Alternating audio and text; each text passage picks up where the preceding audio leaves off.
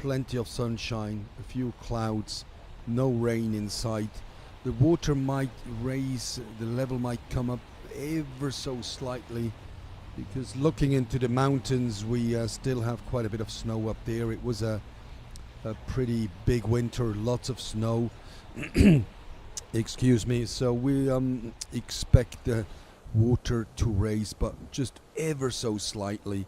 It is perfect conditions here in Muotathal for the 2018 World Championships downriver racing. The first World Championships of the elite class that Switzerland is hosting. The last time it was 1973. Actually, in the course not a lot has changed. The challenges are the same: big rocks, big waves, powerful currents. So a lot to deal with for all those competitors from 23 countries.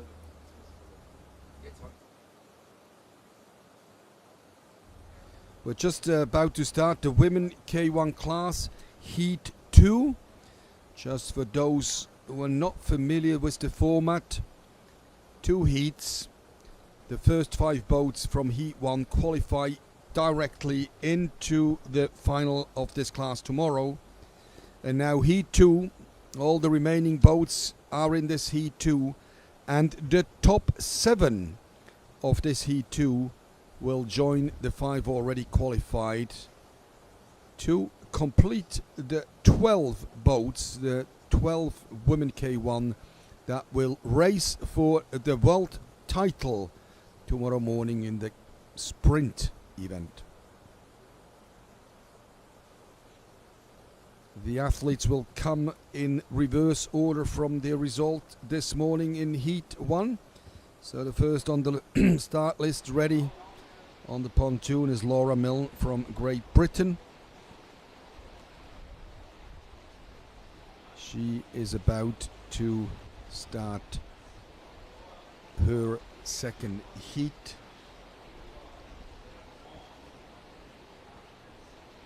Lots of spectators and lots of rescue personnel along the 400 meters of that sprint event. We've seen times in the fastest class, the men K1, just over a minute. And the women class that we see now, they had a fastest time this morning of a 1:13. So that's for you to watch. So as we speak, final preparations for Laura Milne. And we have a race in the women K1 category. Heat number 2. The top 7 from this heat will qualify into the final.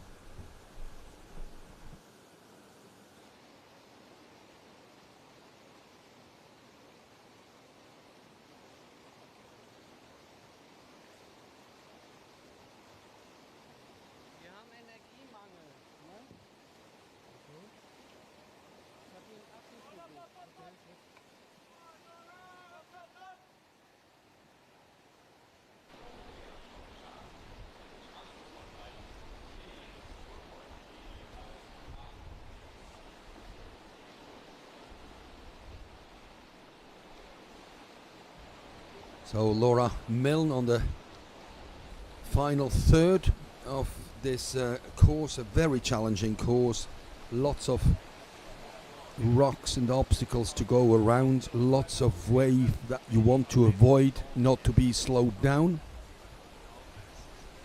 And just as a reference, the fastest woman this morning was 1:13, Martina Satkova from the Czech Republic. And the benchmark, the first score, just for a reference this afternoon, Laura Milne from Great Britain, 1:22. She has a long wait.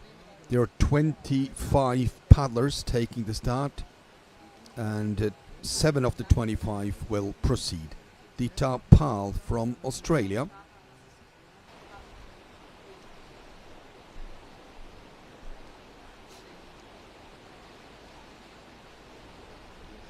She's an experienced whitewater paddler, all the way from down under. racing here on the Muota River in the natural stadium of the Canoe Arena in Muotathal. So for all those who are close and they see those pictures, there's plenty of space still to come and join us. No entry fees to the stadium, free parking. Come up, join us to this afternoon of sprint racing. Ditapal into second. And we have the first of the three Japanese paddlers, Natsumi Ido.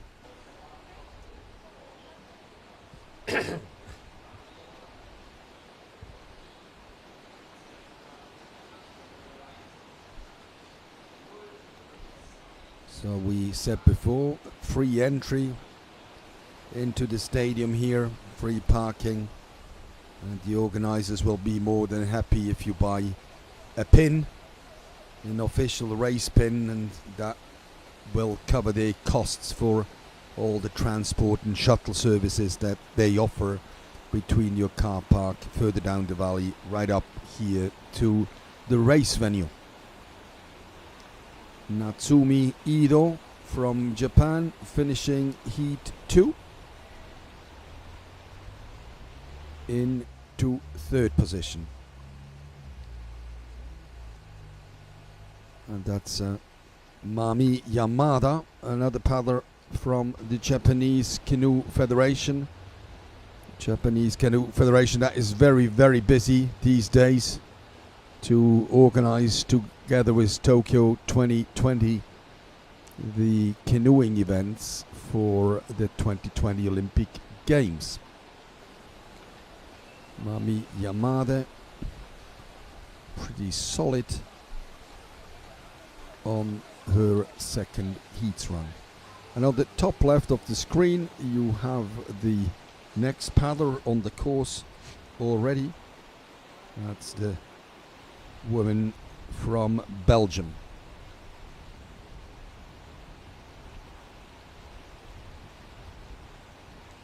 And Mami Yamada crosses the finish line.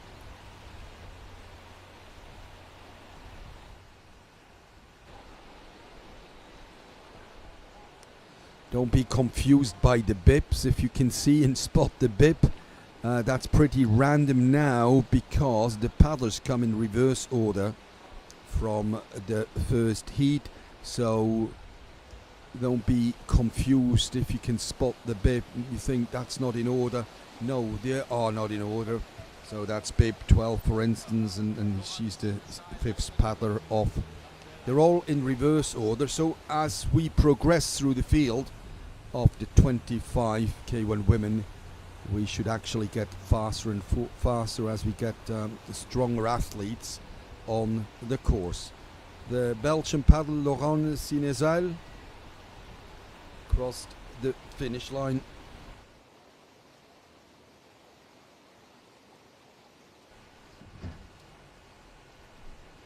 And I said there is quite a team from Japan on the start line. This is Kei Honda. Just past the water rock that you see in the background in the middle of the flow. 33,000 litre of water right onto that rock. And it is all about avoiding collision at the same time, maintaining speed and an ideal line. A little bit of difficulties here at the end for Kei Honda. Caught out by that stopper. Slowed down and now accelerating into the final 50 meters of that race course.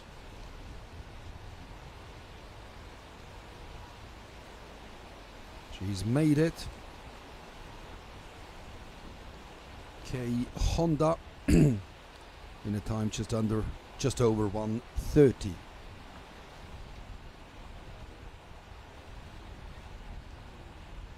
We're waiting for results here. We'll get them as soon we have them. In the meantime, the next British paddler Lydia Oxtoby, hit a little bit by that final and last stopper on the course, accelerating. Very powerful. I mean, it's a very, very short course. It's only at 80 seconds, well, less than 80, 70 seconds. So this is a very, very short, well, sprint distance, as the name says. Lydia Oxtoby completing her second run.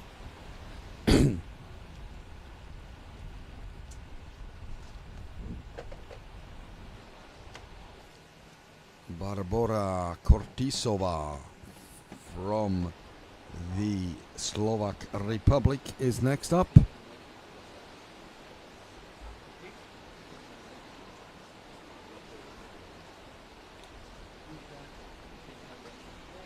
Good line down here. Avoided all the potential problems you could have. Very precise on the line. And now accelerating the last time. It looks pretty flat down here, but there's still quite a few waves that need to be taken into consideration. You want to avoid them because any wave just stops you and slows you down. Barbora Kortisova in a time just under 1:20. And we go from Britain, from Slovakia, we go to the United States of America. Marin Miller. It's a bit of a wide line, time-consuming wide line at the Muota Rock, but still in the race. The stars and stripes on the back of her paddle blades. Marin Miller.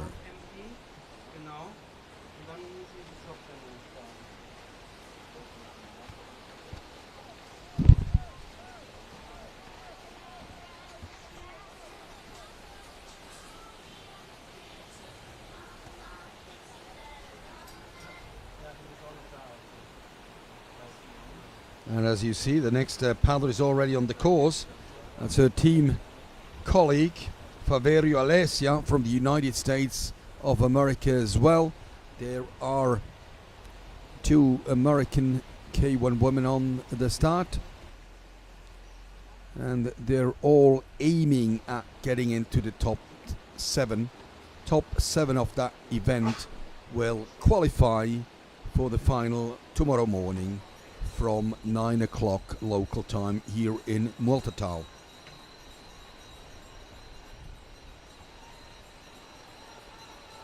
There's one more to go, and then we will see the first Swiss athlete, Flavia Zimmermann. With me in the commentary box again is Matthias. Matthias, did you have a good lunch? Did you enjoy lunch? I absolutely enjoyed it.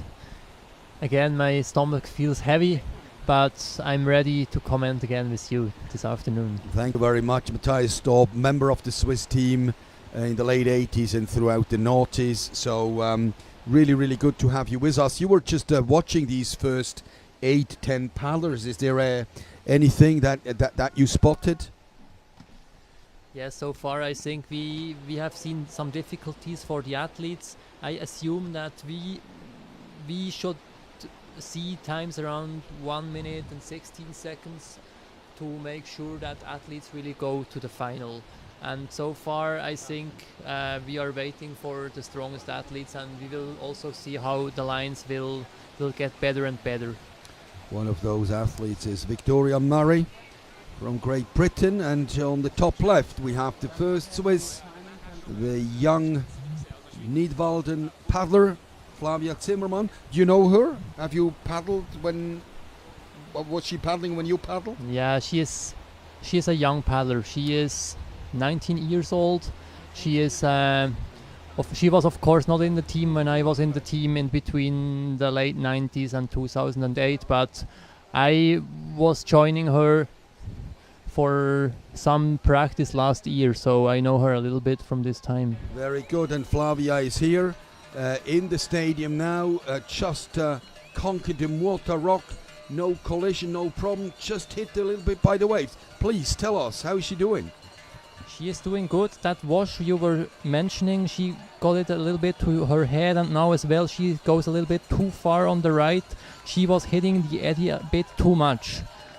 And this line on the far right is a bit slow water, and the idea is here to be as fast as possible, so a little bit of an error there, but there she is in the final approach into the finish, the young Swiss Flavia Zimmermann.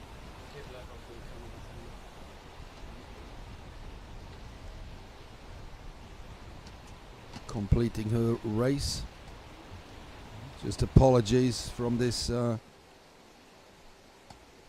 point. We don't seem to have times on the screen, so we'll deliver as soon as we can.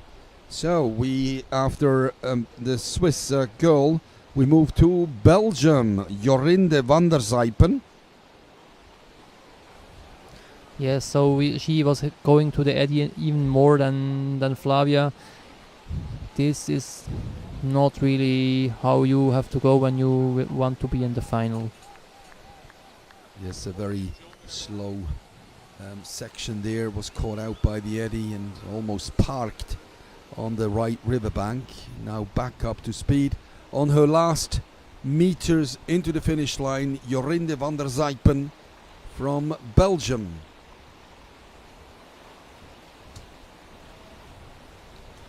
Valentina Dreyer on the course. Here we go. The Austrian, the only Austrian on the start today. There are more Austrians in action today in Prague at the European Championships canoe slalom. And we just heard that Victoria Wolfhard unofficially won a medal for Austria in Prague. Valentina Dreyer.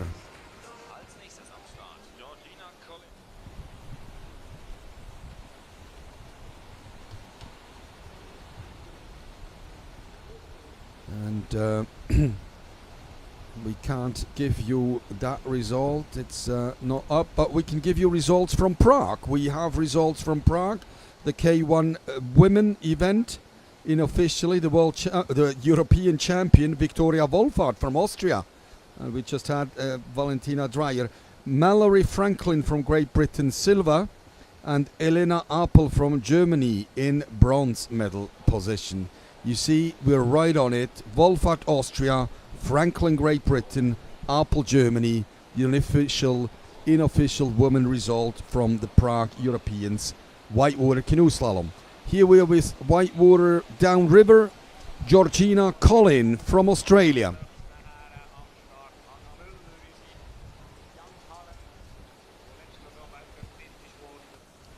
We've seen Dita Pal, her teammate before, and she completes a difficult course on the Muota River. And on the top left on the screen you have the second Swiss, Hana Miller.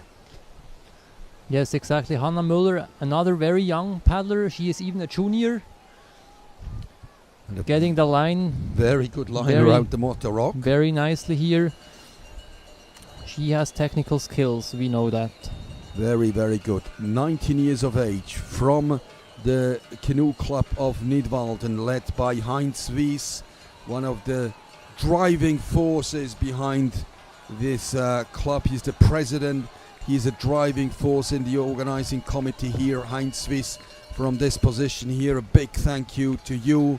And Hana Miller is a product of that very successful work at the Canoe Club in Nidwalden. Yes, unfortunately we still don't have times, but this was a great run. I didn't see any mistakes in this run. Brilliant run, and I would fully agree. And even though we don't have a time, but we think that was an outstanding performance for the young Swiss. So well done, without having any times. But in terms of lines, we could hardly spot any fault. It was a faultless run for the young Swiss. Charlène Le Corvaisier, the next one. and we're now in the top 10 of this morning. So once again, the top 7 of this event will make it, and they will join this morning's top 5 that already qualified. Charlène Lecroisier into the finish.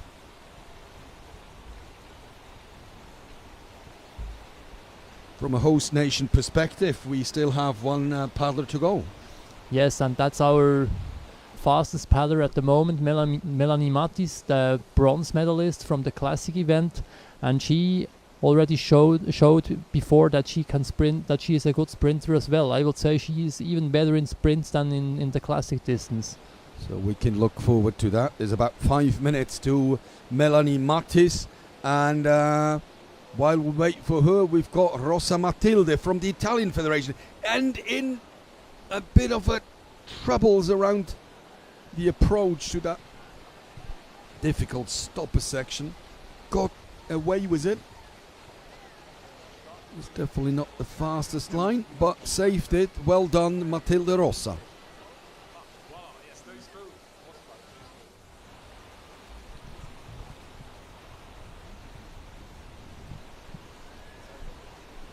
Rosa Matilde just completing her race. We have 7 to go. The first of them, Giulia Formenton, the next Italian.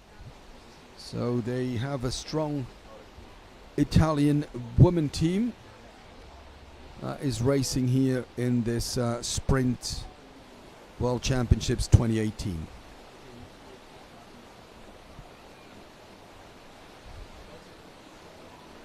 Very solid line, it seems. Hit a little bit by that last stopper.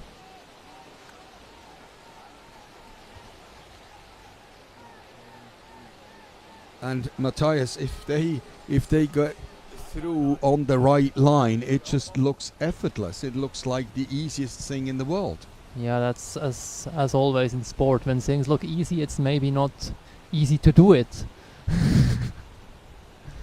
Yes, just applied all the skills absolutely spot on. So, and that's what the Italian Giulia Formenton did. We unfortunately don't have times. We can't deliver you the times. There seems to be a bit of a technical glitch. Doesn't take away anything from the great spectacular pictures we have delivered here into the commentary box. Lara Richova, the next one, a very strong Czech team. We already have her teammate qualifying into the final directly, Martina Satkova, 4-time gold medal winner over the last 2 days. So Klara Richova trying to get one of those 7 remaining spots for the final tomorrow.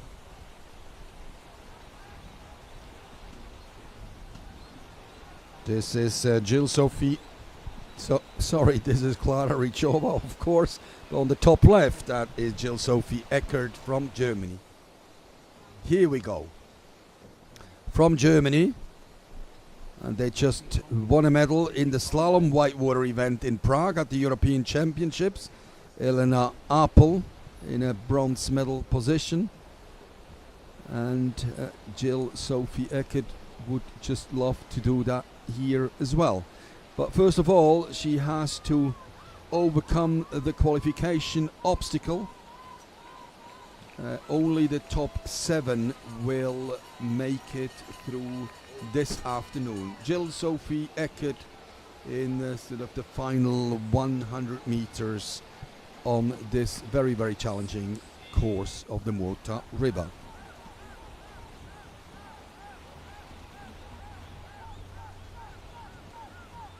So we have 4 to go. First of all, her team colleague, Lisa Cussler. Here we go. You see the German flag on the side of her boat. Lisa Cussler. You can read just about that name on the side of the hull. Lisa Cussler. And then there will be 3 to go. A strong German team. and one German has already qualified. Luca Overage made it directly from Heat 1 into the final of the best 12 women K1.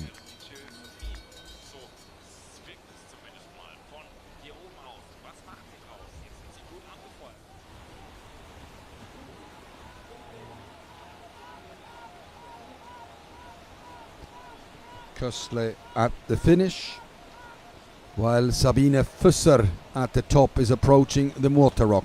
Cussler done her job for today, and this is the ex-world champion from Augsburg, Germany, Sabina Pusseh. She's a very experienced paddler, isn't she, Matthias? Yes, absolutely. She is a. She has been here since the 90s. She has paddled World Cups on the Muota before. She knows the course. She does indeed, and it just is one of those runs. It looks absolutely effortless, but it is so tricky, so hard. It takes decades of training, of technique training to get there. And on the top left, we have Melanie Mattis on the course now. Sabina Pusseh just completes Heat 2, and Melanie approaches the challenging section of the Muota rock. Matthias, over to you. So Melanie was maybe a tiny bit too much in the stopper, but she goes through the Muotastone section very well now. Looks like a solid run so far. Slowing down a bit with the frequency here and getting the boat well positioned for that second key step here. No stopper. Very good run. Looks very, very good. High frequency. A stroke rate very, very high. Accelerates again now and has about 100 meters. She's supported by lots of fans that joined us here in the arena, the Canoe arena. And this is Melanie Mattis completing her second run. That looked like a great run.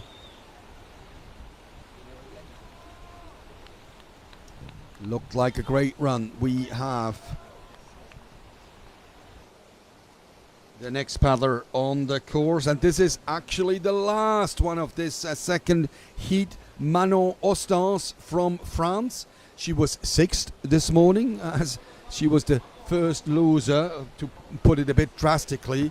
So top 5 went through. She came sixth and needs to go through this second step of qualification. 7 will qualify. Will it be Manon Ostens? We know it very soon. We seem to have a bit of a technical issue with the times here. We know we've been assured timing is working. It's all fine. It's just about getting the information onto the screen. So all athletes have got their times. The timing seems to work. We got the confirmation. That's great. We just are not in the position at the moment to deliver that, but we will ASAP. You get them, and those spectators, they have it. They have a big scoreboard. They can see it there, and you know it is a brilliant family day out. Coming out there, have a cold one, as they say, and enjoy the nature and enjoy the beautiful Muota Valley. Again, Matthias, conditions absolutely world class. Absolutely world class. If we want to complain about something, maybe there is a little bit of wind. The athletes might feel this as well on the river. Sometimes this is a bit distracting, but besides this, we have a perfect day. Very good. So when you see spectators are coming in, and be aware this is just a qualification event, you could say. No medals given away today, but thank you very much for joining us in the stadium, in this spectacular whitewater stadium on the Muota River. And you see it's a little bit cloudy, and if you look very well at the top right, you can see the snow. There's still quite a bit of snow, pretty close. So this is the picture here, very picturesque, that will be the word. No time for those pictures, for the athletes of the next category, the C1 men, from the double blades to the single blades. As the Swiss supporters here, Hauptschwitz, wait for the final result of the K1 women.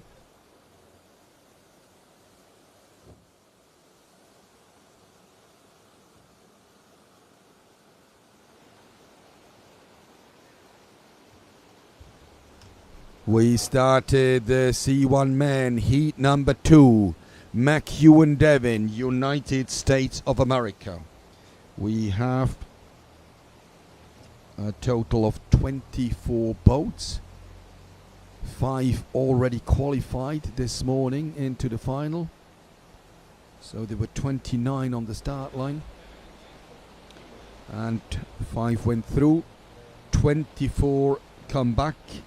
And 7 will go into the final. So from heat 2, 7 will go, and they will complete a field of 12 C1 paddlers in the final tomorrow.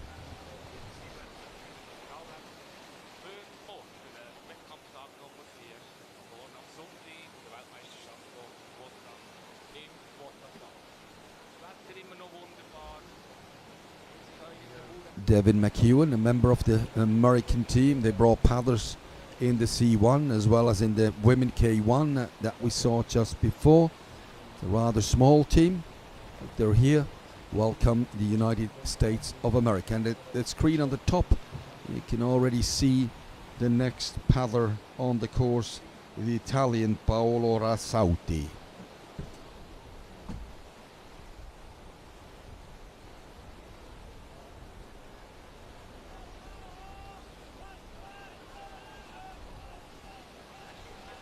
Razzauti, a member of a very strong Italian team here.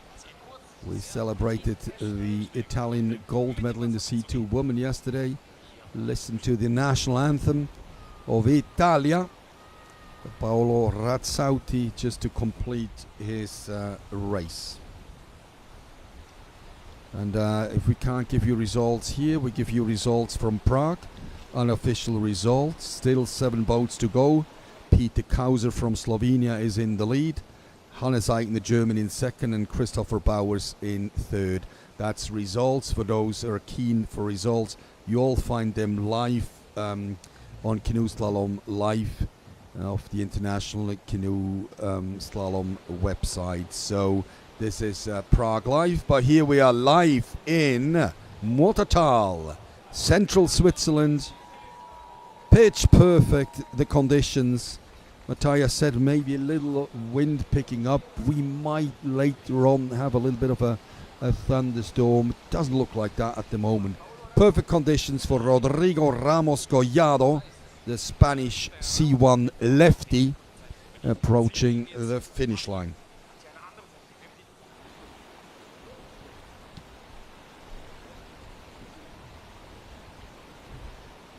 And here we go, ladies and gentlemen. Obviously, Rodrigo Ramos Collado completes his run. And now we have some very, very good news from a Swiss perspective. We just got the unofficial results from the K1 women. Qualifying for the final, Mathis Melanie. She won that heat, second run. Manon Ostin second. Sabina Pusseh third. Charlène Le Courvoisier fourth, Clara Richova fifth, Jill Sophie Eckert Germany sixth, and Giulia Formenton Italy seventh. Just outside the final, Hana Miller. The great news for the Swiss team, Melanie Mathis qualified in a top spot through heat 2.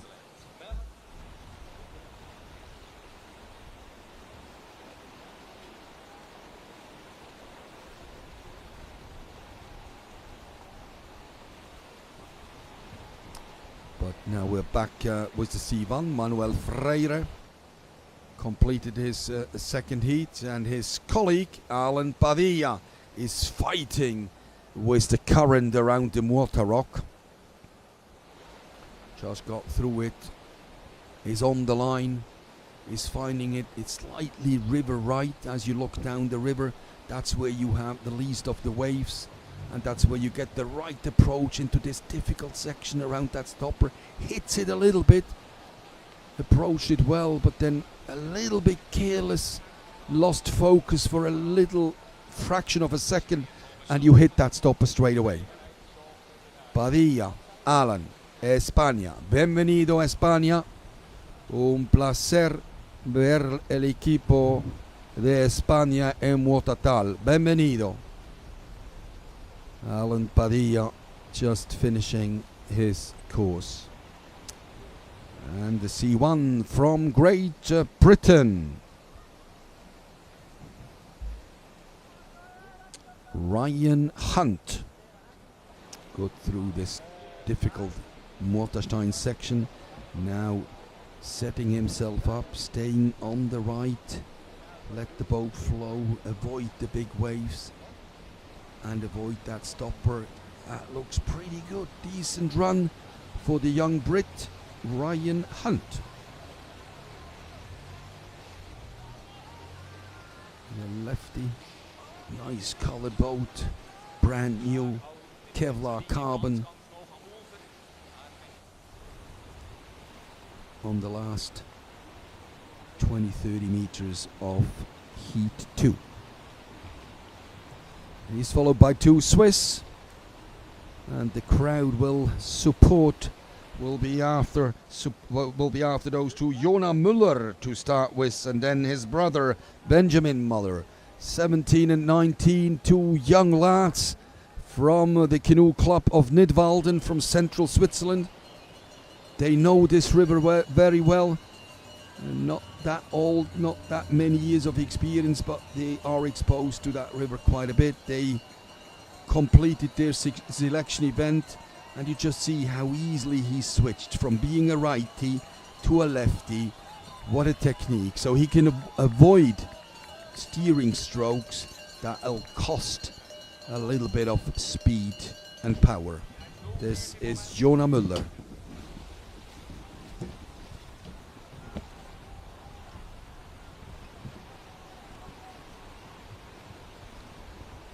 And hot on his heels. He just finishes hot on his heels. His brother Benjamin Muller. Here we go. And he's a switcher as well, as they call them. Switch from, and we'd probably expect another switch now. He stays on the left. A few correction strokes, some bow rudders to get the line pitch perfect into this final bit. He will hit that stopper a bit and slow down.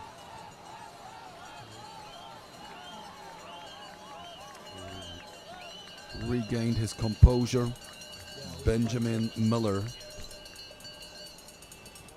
That's not all the Swiss duns. That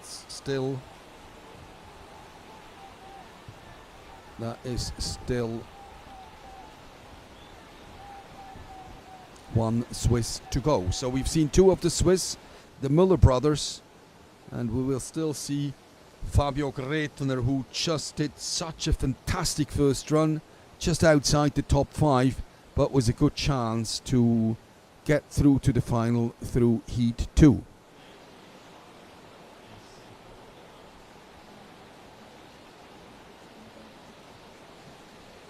It's very interesting. We're obviously a very interactive commentary team. We just got a question from one of our viewers out there. Where do the English people, where do the Brits train? Well, most of the Brits, they come from Scotland, north of the border, and in Scotland you've got quite a bit of whitewater. Grand Tully is one of the sites that you can paddle whitewater, downriver and slalom. So north of the border. To practice sprint, that's pretty easy. There are quite a few man-made rivers, man-made whitewater stadiums. The Olympic Stadium in London, you can do whitewater. You have a whitewater stadium in Cardiff. You've got a whitewater stadium in Nottingham. There is one in Teesside. So I hope that answers the question of where do the Brits train. So the downriver, the Brits, and if they live in England, they would have to go north of the border to Scotland, or they would have to go to Wales. Let's not forget Bala in North Wales. They organised the World Championships 1981. So England, Scotland and Wales, they offer quite a diverse spectrum of whitewater venues. Well, I hope this listener and viewer is satisfied with that question. Emil Miliram from Croatia. Yeah, six-fold world champion in classics. He is maybe not doing it to the final for the sprint today. Luca Overage from Croatia.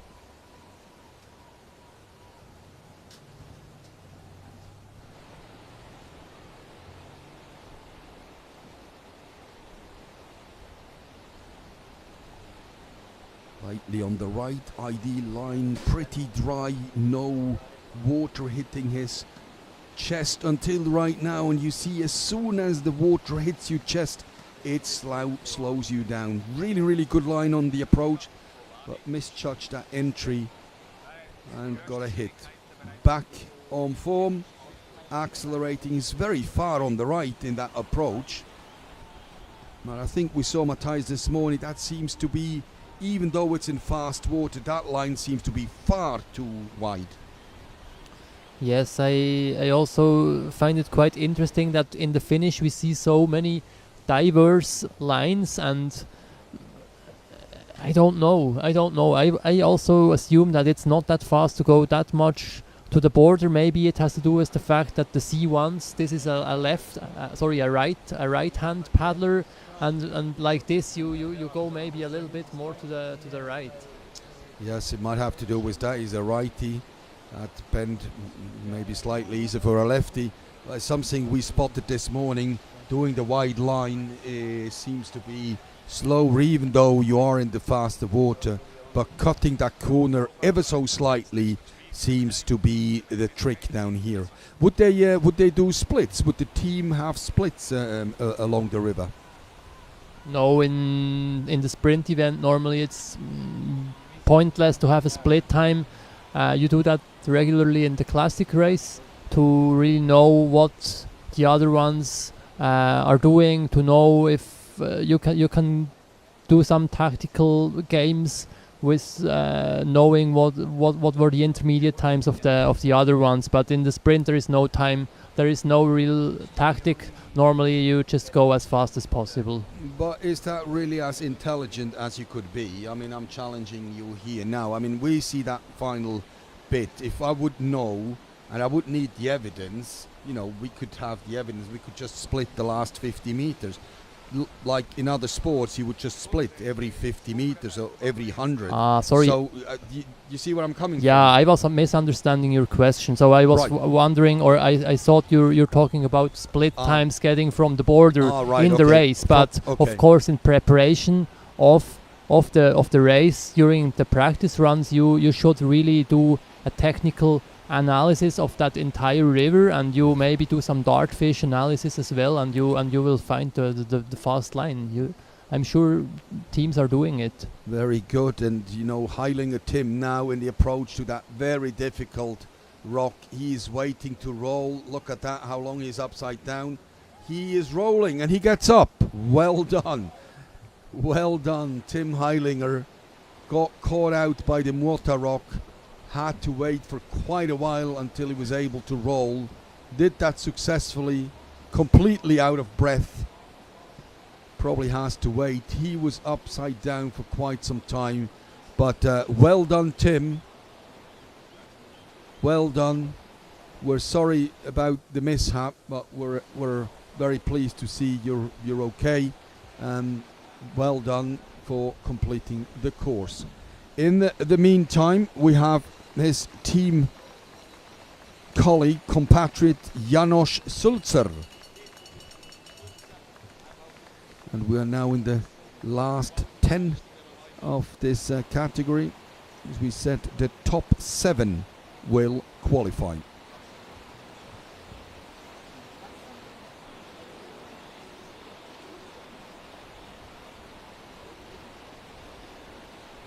No results here at the moment. We have results from Prague. 2 boats to go in the men class. Men K1. Peter Kauser, Slovenia, ahead of Vitprindis and Jirka Pruskavec from the Czech Republic. So in the whitewater slalom as well, the Czechs are a big driving force and very strong team. Back to Germany. Hannes Eichner in Prague, currently 4th. And Janos Sulzer, the German, just finishing now his race, Heat 2. Will it be enough? He seems to be very happy with his run, fist in the air.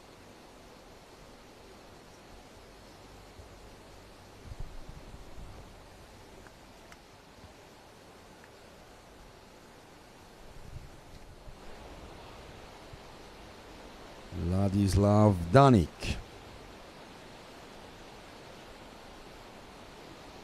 9 boats to go with Ladislav, and will complete this C1 men class.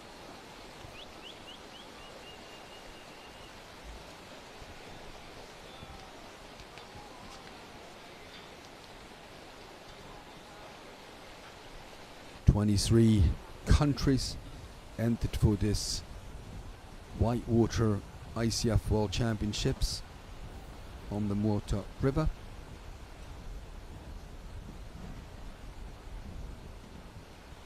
We've been assured the athletes, they have a time, they can see the time as soon as they cross the finish line. We just seem to have a glitch here with the graphic system to put the times on to the screen. So people around us are working tirelessly to get that right, so bear with us. Norman Weber, world champion in his career a few times. He's in the autumn of his career, and he shows how experienced he is, gets that course done without any difficulties. Norman Weber from the German Canoe Verband.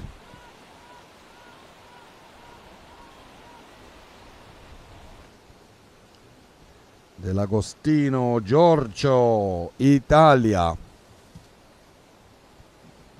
Bib 56 that is.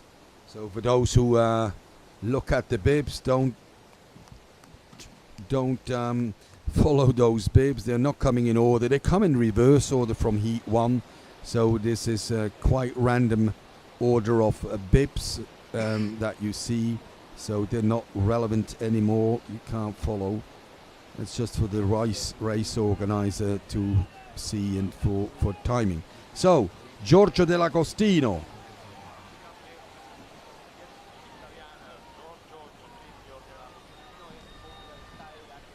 Six boats to go, including Mattia Quintarelli that we see at the top of the screen.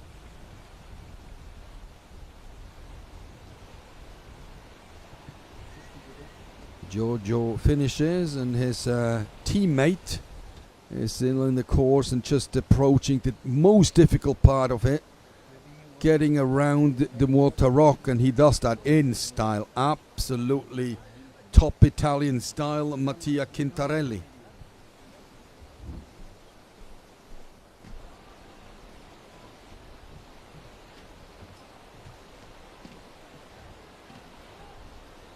He is attacking that course flat out. And a good line down here, Matthias. He seems to be on it. Yes, it's so bad that we don't see times, but I'm almost sure this must be sufficient for a final qualification. This was really it was a perfect run, I think. Really good technically. And we were just asked by another viewer, how do you develop technique? Well, you develop technique by exposing yourself to white water. So it's a very technical sport, and you would start very, very early. You start on flat water, you paddle around, very playful, and then very soon you move into a little moving water, on flat moving water, and gradually you build up and develop your technique in the white water feeling the boat. You steer the boat with your paddle, you steer it with your hip, you're connected with your body, connected through the seat. You've got a footrest, and exposure to white water is how you develop that technique. It's a bit an easy, simple explanation, but you need to have exposure. So this is not something for just to rock up. If you've never done that before, absolutely impossible. Not different to any other sport. So very early exposure to moving water, and then those paddlers here, most of them have moved on to white water by the age of 10, 12, 13. Well, we've got another Swiss, Matthias. Who's that? That is Fabio Gretner. He is just in the place after Muotathal. He did it well, came through very well. No stopper here, a tiny stopper here, and maybe that is a bit far to right now, but getting back now with a high stroke rate. Looked like another good run of Fabio Gretner, the young C1 paddler from Lucerne. Trains on the Muota River a lot. He is almost at home on this course. Fabio Gretner, a great performance this morning, and again,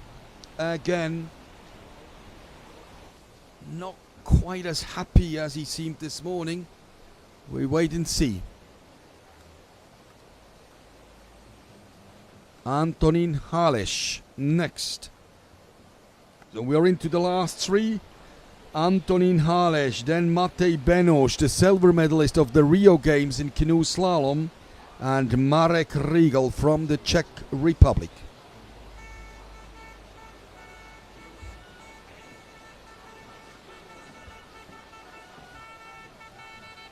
He's a member of that very strong Czech team led by Ondřej Rolenč, who won 2 gold and a silver in the classic event this week already. And he is trying now to make everything possible to get into that final of the top 12 boats. Háleš completes the course. Matej Benoš, Slovak Republic, silver medalist, vice world champion last year in this very event in Po Silva, and the year before, 2016, he is the silver medalist of the Olympic Games in Rio de Janeiro. So very similar demands, the slalom and the sprint downriver. A bit of difficulties down here, it seems. Yes, this was not a perfect line. Also, up at the Waterstone, he was stopped a bit. I think he changed a little bit the strategy there compared to the first run, but I think, yeah, it will be close. It will be. He is definitely a very powerful paddler, very strong physically, and is able to compensate minor technical errors. So we're on the finish line. Benoš Matej from the Slovak Republic. And this is the last, but not least, of this C1 class. Marek Riegel, Czech Republic.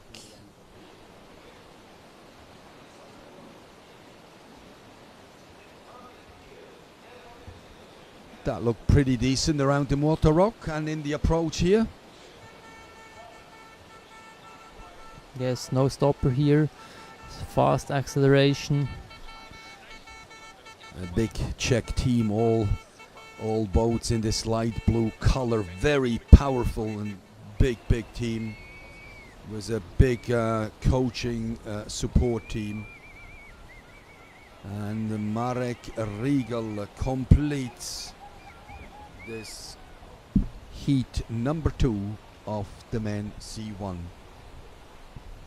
We'll deliver you the results as soon as we get them.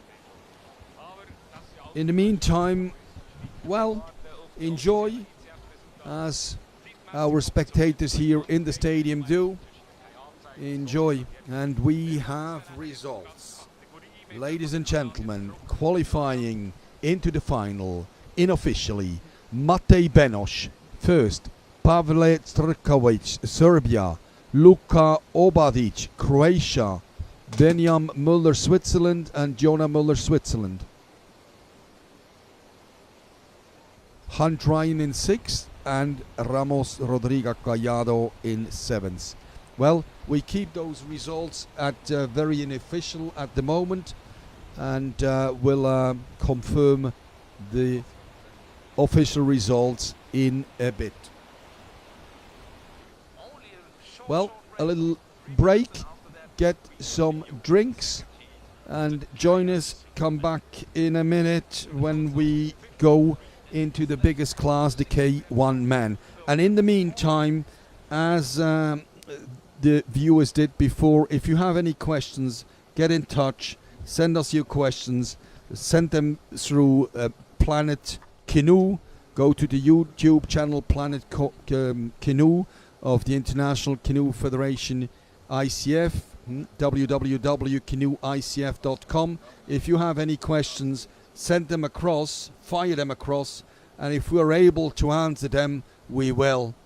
If not, we'll find out where we can get them. So thanks very much. Let's keep that interactive and fire your questions across the World Wide Web.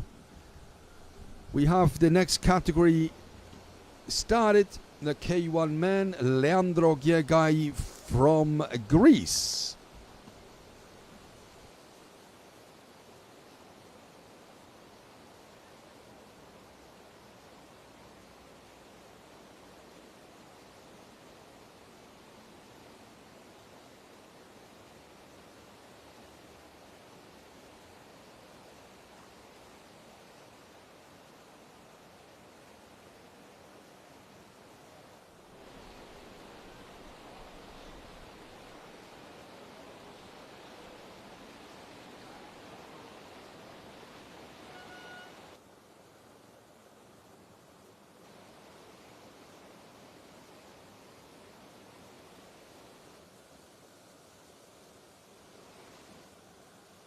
In the men K1 class, they continue to come in a 1 minute start interval.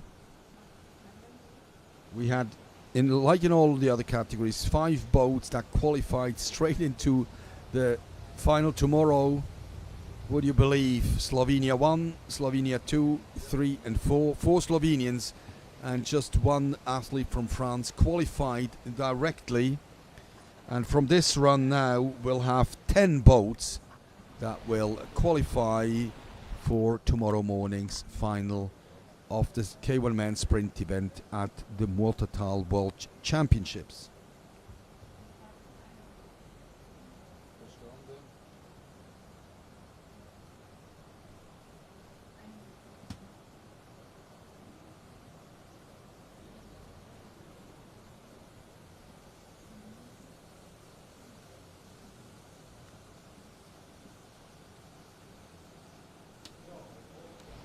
And talking about Slovenia, there was a gold medal for Slovenia in Prague at the Slalom Worlds.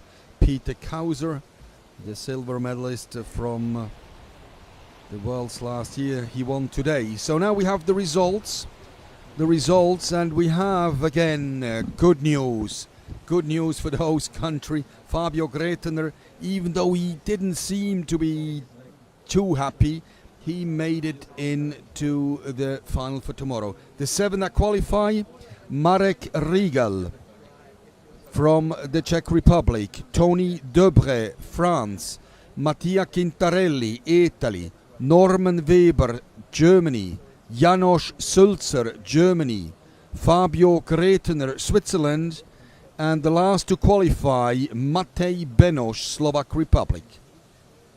He must be very happy, Fabio Gretner, Matthias. What do you think? He must be very happy with, even though he didn't look happy crossing the finish line, but making the final. Yes, I think he was very disappointed when we saw his reaction in the arrival, and now he just made it through, and I'm sure this will liberate some energy for tomorrow. Very good. Yes, he definitely, that will free him up a little bit. And you know, talking to the coaches yesterday, this morning, it was all about getting him, if everything goes to plan, if he gets good runs, they said it is possible. It's very tough, but it could be possible. He needs to put down a very, very solid run. Yes, I think it's good for him to know that he can be in a final without having a perfect run. That gives you some confidence, and when you know you can improve in the final, you're in a good position. So that means Fabio goes into the final in 11th position. What do you think? What will be his goal? We haven't spoken to him, but just from your perspective, 11th, qualified in 11th. What will his aim be? What do you think? I mean, when you're in a final, technically there is only one goal, so it's the first three places. You want to be in the medals. You will go for risk, and you will try it. I'm sure he will do it. He will attack. He will give his best, and whatever the outcome. Next time is probably getting into the top 10. Let's see. Attacking, there's nothing to lose for him. Exactly. So there is maybe no World Championships in Switzerland in the next few years. So that's a once a life opportunity actually. Racing in front of a home crowd, Fabio Gretner.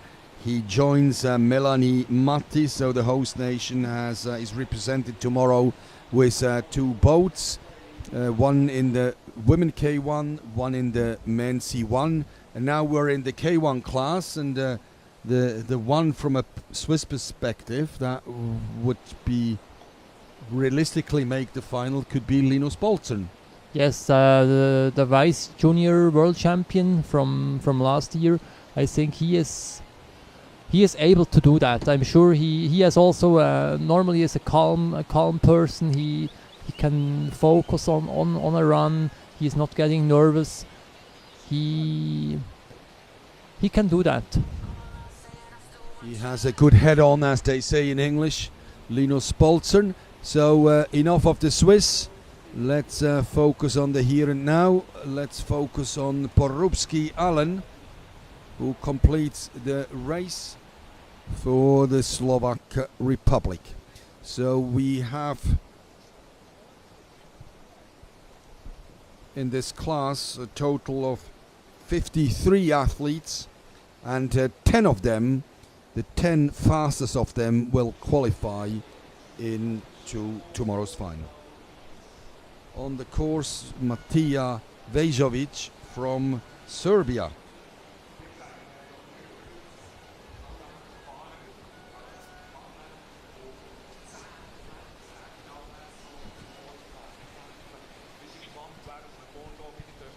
The Serbian team with the colors of their flag on the boats, all their boats with the country flags, the red, blue and white stripes across the top of the boat. Very easy to recognize. Mataja Vajskovic just finishing his course. From Japan, Kenji Deguchi Kuniko.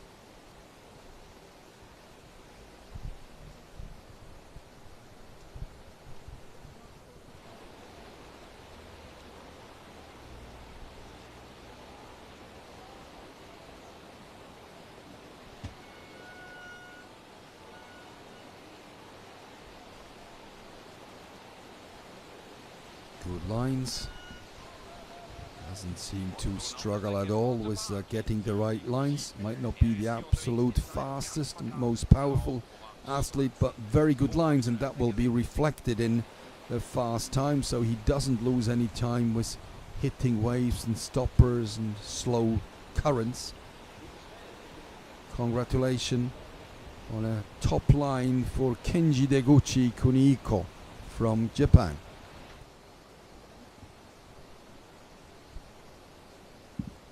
From Japan back to Europe, Jesus Rodríguez León. Bienvenido en el estadio de piragüismo en aguas bravas en Muotathal, en el centro de la Suiza. Hace un tiempo maravilloso hoy. Hace 26, 27 grados y un agua en una condición espectacular. Bienvenido. Jesús Rodríguez León just finishing the course, and he did a very good run.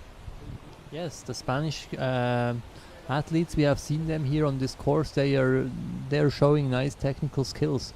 It's obvious that they have good good practice opportunities in the Pyrenees. Yes, we were just asked where do the English paddlers, the British paddlers train. I just wanted to ask where do the Spanish people, the Spanish athletes train. They're obviously in the Pyrenees. Yes, exactly, and that's where the World Championships in 2010 were held. 2010, that's a while ago in Seo d'Urgell and in Sort, that's on the Rio Noguera, so ideal training conditions for the Spanish.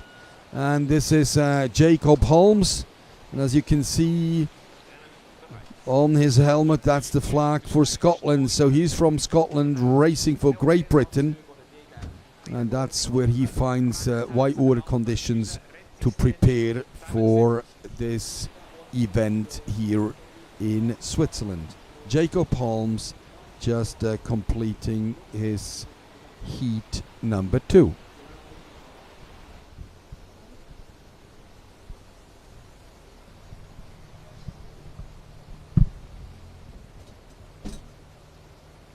Hana Miller from Bosnia and Herzegovina. Around the Muota rock, very easy. It's a little flat section before they enter here into this very wavy bit. Need to be on the right, looking down river right, and then avoid the big stopper here. And he just about does that. Hana Miller from Bosnia and Herzegovina. All the athletes will move to the World Cups from here. World Cup next weekend, and the following, and one of the World Cups will be in Banja Luka, and that's in Bosnia and Herzegovina. So he will be the host when the World Cup circus moves to Bosnia next week. Niki Kresser, very unfortunate in the first run, was sidetracked quite a bit in the approach to Muota Rock, was completely out of line, and knew very early on that he has to rely on his second run, and that's what he is doing, and he's having a good run. Yes, this is a big improvement than you have seen the first run. He is on the line here. He is maybe not that fast in his stroke rate, but this is sometimes misleading. Yes, and we saw that before. Absolutely spot on the line. Avoided all those little waves, avoided the stopper, the slow water, and is coming on the line through the middle, slightly to the left. Definitely the shortest line into the finish line. Niki Kresser from Great Britain. He is from the northwest. He is a slalom paddler as well. So he would use the artificial course of Teesside to practice whitewater. He probably does some sprint training in Nottingham in the Midlands. Here we go. Ritz Filip from the Czech Republic. They haven't had the massive success the other categories had for the Czech Republic. He wants to change that here. And the first aim is qualify for the top 10 through this heat number 2. Finishing the race, Philip Ritz. Another Spanish athlete now, Sergio Ruiz Paz. Paz, peace, Frieden. So might be quite a peaceful personality. Not so peaceful is the river that he's fighting with right now. Well, and you can see that very relentless and was swept right onto the rock, capsized and had to leave his boat.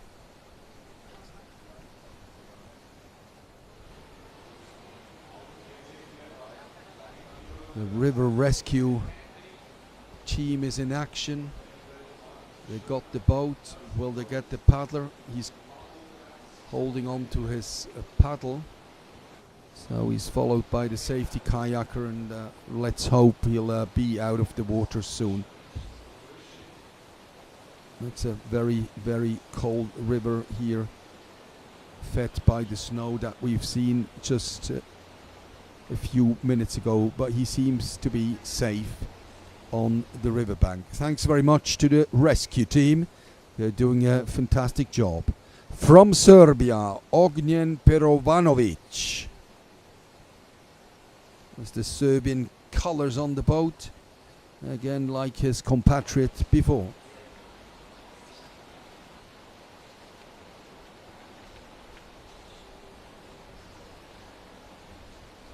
Talking about the World Cup, there will be 2 held down in Bosnia and 2 in Macedonia. So for Ognjen Perovanovic from Serbia, this will be much a shorter trip to access. Much shorter than coming here to Europe. Welcome Team Serbia. Ognjen Perovanovic completing heat number 2.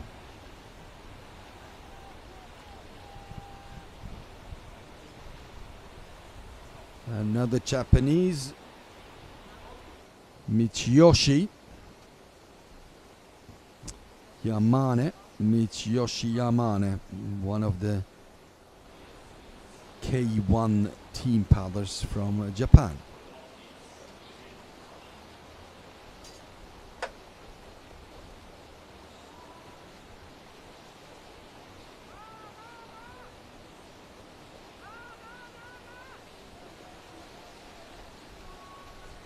Another paddler with a good line, very solid. Might not be the strongest paddler physically, however, got that technically spot on. Michiyoshi Yamane completing run number 2.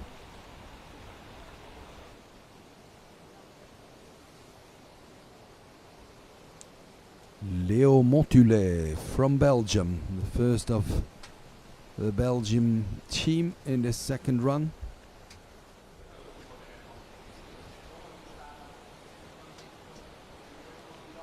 The time this morning, 66 seconds, 1:1:06 by the Slovenian.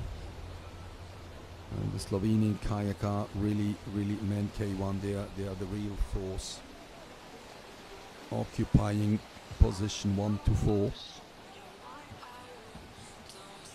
Was letting just one French team member straight into the final this morning. But there will be lots of other nations coming through here. 10 athletes to qualify through this heat number 2.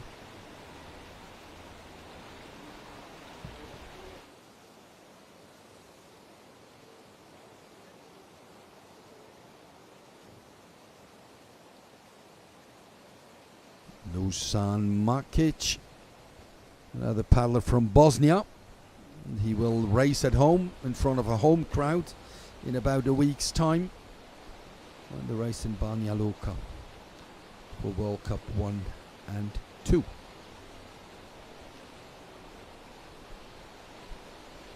Another smooth line, and you can check that at home. You know, there are no waves hitting the body. That's usually a very good sign. So we have Matthias. He's just checking the weather forecast. I mean, so far this is day 3. We had Matthias 3 perfect days, brilliant world-class conditions, stable water conditions. Have you got a bit of an insight in terms of what the weather says for tomorrow? We seem to be safe for today. No thunderstorm, no rain around. How does it look for tomorrow? So when is the last start tomorrow? Do you know it? Well, we have the final starting at 2 o'clock in the afternoon. For the sprint teams, huh? Yes, for the sprint teams. So maybe all the races will stay dry until the very end. So after 3 o'clock in the afternoon, there is a little bit of rain in the forecast, but it's not that sure and it's not really a lot. So maybe it stays dry the entire 4 race days.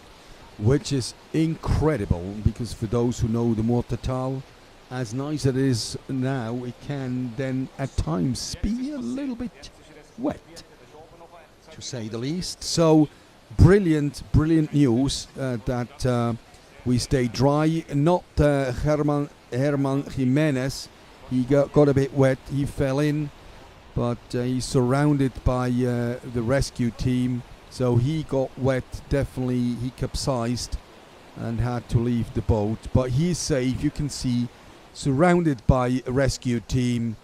He's got paddle and boat, and most importantly, he himself is on the bank. Christopher Kremslehner from Austria.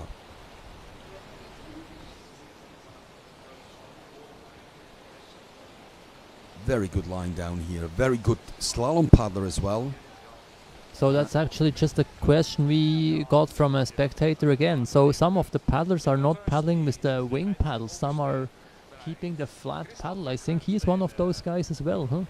So the slalom paddlers tend sometimes to still use their flat paddle. You mean flat paddler in terms of angle? No, that's not the a wing. Well, is that in a wing slalom, paddle? I mean, in slalom they don't have a wing paddle, but I know what. I think I understand the question. I mean, they use a wing paddle. This is probably a wing paddle that we see here. Yes, that is a wing paddle. That's a paddle that they use on the flat water, and this is maybe a question we put across to the coaches when we see them after the race.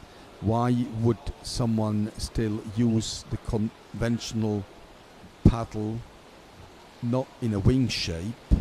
Are there any, and why would they do that? So a very, very good question. Listeners back home, keep them coming in.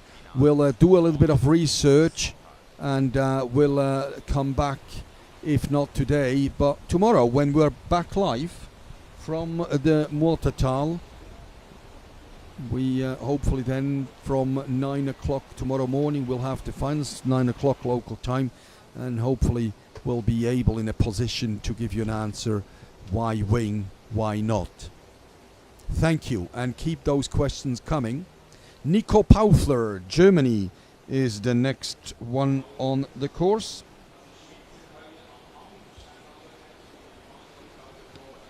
And we still have about 30 paddlers to go. He had massive difficulties this morning, and that's why he is starting relatively early in this second run. From Germany, Nico Paufler.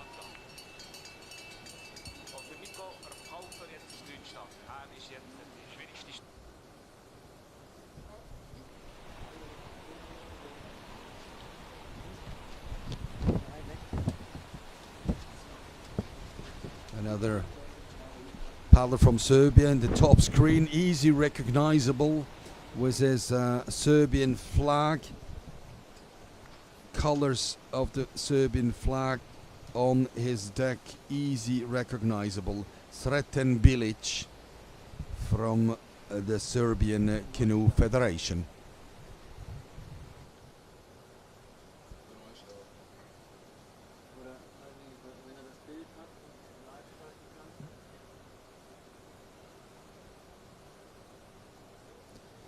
In the start position on the starters orders, that's Ljubomir Spasiski from the former Republic of Macedonia. Off we go. And there's always the next paddler on the pontoon to get ready. So little flat section to start with, Matthias, before it really is heating up. Yeah, flat is maybe the wrong word, so it's flatter than on the other parts to start, but there is no flat part on this sprint. It's the waves are getting bigger and bigger here around the Muota stone, and at the very end you also maybe think it's flat, but again there you have some very mean stoppers and choppy waves which can slow down the boat a lot. Thank you for that, and I might just have to adjust my glasses a little bit. Of course, there is no flat bit. It's just a little bit less choppy, wavy, maybe just a little bit less turbulent at the start and at the finish, but it is a very, very, very challenging course. How does it compare to other courses in the world, the Muota course? So in terms of comparison to other sprint courses, so I think there are different categories of races. So when you're racing in the slalom, in the artificial channels, this is different. Of course, there is more steepness normally. It's an entire different story to race. When we talk about natural rivers, where a lot of the downriver events are taking place. So when you put it in this context, I think it's one of the most challenging courses actually. Very good. Yeah, let's do that. Let's just compare with natural rivers. So that's a good to distinguish between natural river and obviously the man-made artificial courses. So comparing it with other national courses, you would rate the Muota as one of the most challenging. Definitely, it's one of the very difficult spots to race on.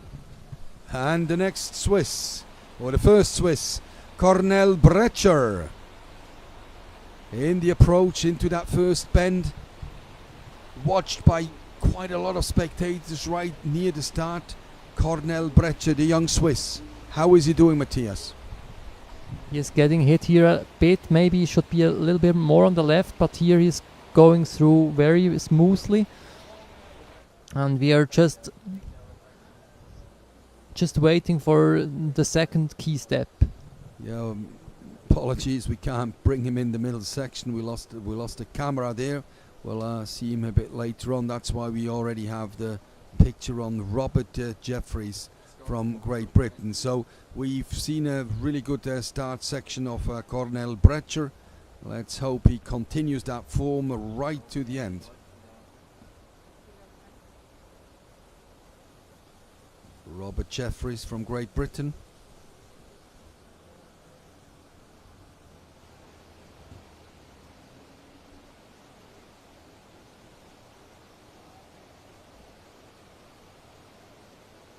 Spectacular pictures delivered by the host, by the organizer of the Swiss Canoe Federation. Really attractive pictures around the Muota Rock. Good line so far for the young Brit. Absolutely, he is in position. And also that stopper here. Did you see any stopper here? No, I didn't. It's just like another hot knife through butter, it seemed to me. So that was the Victorinox knife. Huh? That was probably the Victorinox knife, so we placed that very nicely. Robert Jeffries crossing the finish line of Heat 2.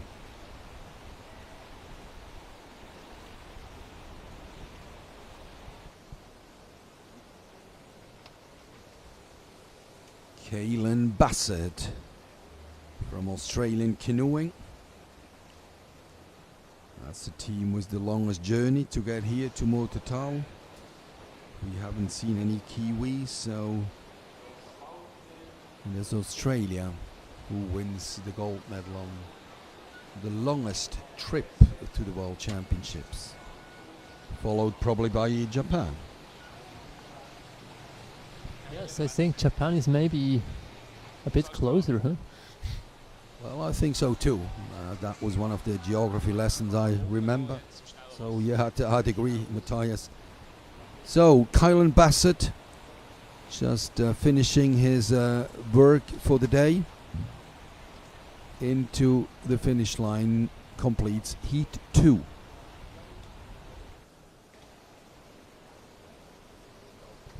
Schmid Gerhard, and then we have the next Swiss, Robin Havely Oh, that was a stopper there. Slowed down quite a bit by the routinier, a very seasoned paddler, Gerhard Schmid. Unfortunately, we can't follow through. We seem to have lost signal with the camera. That's why the director here delivers us pictures from the start.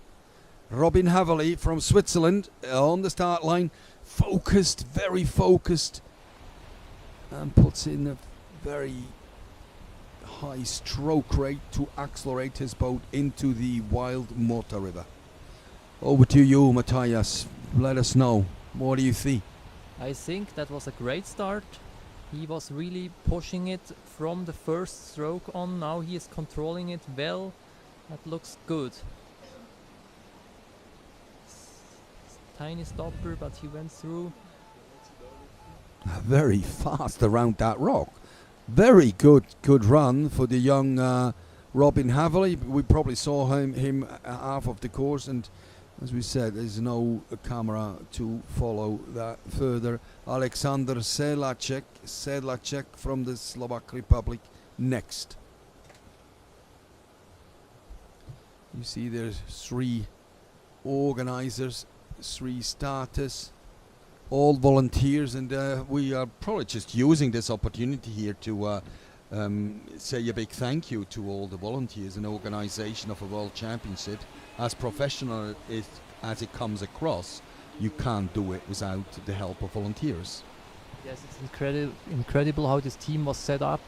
These persons, most of them don't know each other very well, and it has to work from the first minute on. You have to work together, and you have to organize a lot of things, and that is a great achievement.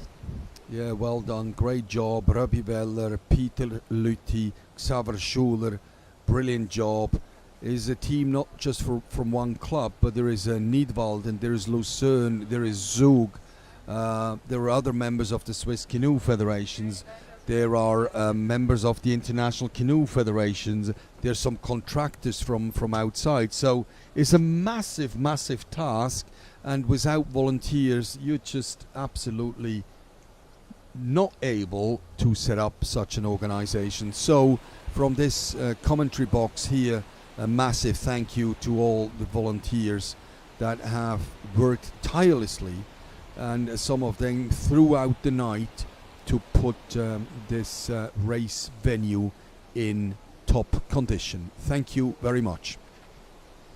Guillermo Fidalgo de Leon, a Spanish K1 paddler, had a very good classic event. He came 10th in the classic.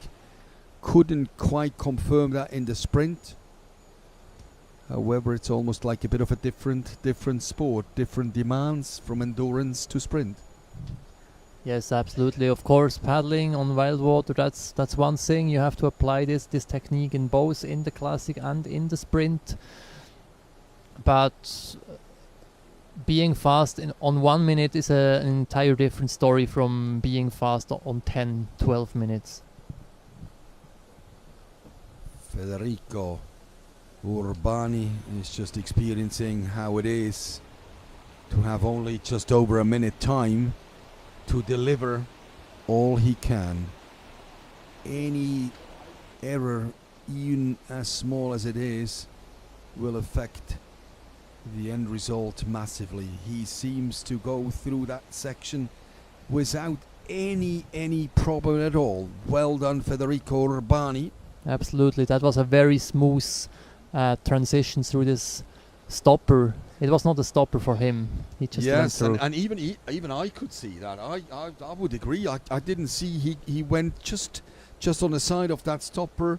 No water on the chest, and he just came down very smooth. And this was so interesting to see that from this perspective, he went through this stopper in the exact same position as everyone else, but he was not stopped. So this is really centimeters which are deciding, and the technique with the boat, how you move the boat in the right moment, and then this makes a big difference. It's all about how you edge the boat, and then at the end it's maybe not even just centimeters, it's millimeters that make a difference. Absolutely. Highest precision work you have to deliver here. Yeah, so your eye cannot see a difference, but actually there is a slight difference, maybe just by edging a boat a little bit more to the left or slightly to the right, and you can avoid the wave or the stopper that hits you. Yes, it's really, it's not a lot in between success and disaster, let's say. So it is not exact science, isn't it? It's not exact science, of course, and there is not a lot of time to really measure those things up. So you have to apply your feeling for the line. You have to know it and just do it. There is no way of thinking about such things when you're in the race. And this is a really good point, and probably just reinforces the point from earlier on. You have to develop that skill, that technique, that feeling, as you describe it, over many years. The feeling of what angle to put, where to put the blade, how to edge the boat, because then ultimately at the end the decision comes out of the gut feeling and feeling the water, and that separates the champions from the rest. Yes, absolutely, and I think this is a factor which is sometimes underestimated in the downriver canoeing and slalom. People talk a lot about feeling of the water, about very, very fine technical skills, and in downriver it's people normally think it's almost everything about athletics and being powerful and having tolerance for lactic acid and all this kind of stuff. But at the end, on a river like Muota, that technical skills are so important. Very true. At the end of the day, you have to combine the two. You see a big hit in that stopper for Davide Maccanan from Italy. So quite a different line. Maybe not that different, but in the end result, it's just a massive hit, and then stops you down. You have to accelerate, and then obviously you have to compensate with the physics that you then have, or you don't have it. Yes, exactly. You can compensate for such things a little bit, and we have to admit as well that sometimes the powerful paddlers, they are a bit heavier, and they maybe tend to be stopped a bit harder in such stoppers, and like this they have to compensate with acceleration later. Odran McNally from Ireland, and just for those who joined us later, we can at the moment just focus a little bit on the top section, right? Camera 1 and 2, all we can see right down to after the Muota rock, and with Matthias, my specialist downriver paddler, ex-athlete of the Swiss team, we're able to analyze a bit, and we're back. We have a camera back here, so we have Odran McNally. That's just for you, Ike Jacob, home in Dublin. If you're watching, greetings from Muotathal. This is your paddler, and he is doing a great job, absolutely great job for the Irish Odran McNally. We have all the cameras back. The only thing we're still missing is the times, but we'll deliver as soon as we can. Odran McNally finishes his work for today. He completes Heat 2. And here we go, the next Swiss. I hand over to you, Matthias. Who is it? How is he doing? Yes, the 23-year-old from Solothurn. He gets hit here a bit. That was not a perfect stopper transition. Now he gets back into the next section with a lot of waves. Pushing it through. That looks good so far. The jump. No eddy here. No, that was stopped again. That was maybe not the run for the final today. Got hit by a big stopper just in front of the Muota rock, and now this final stopper just slightly offline, so we'll see how that is reflected on his final time. He might find it very, very, very hard to get into the top 10. So it's a top 10 from that Heat 2 that will make it into the final, joining the 4 Slovenians and the French who made it this morning straight into the final of tomorrow morning.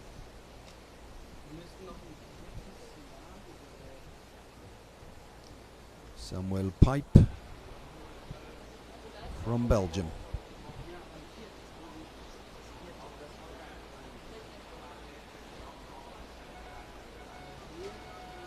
Good line here, and got around that stopper, no stopping him.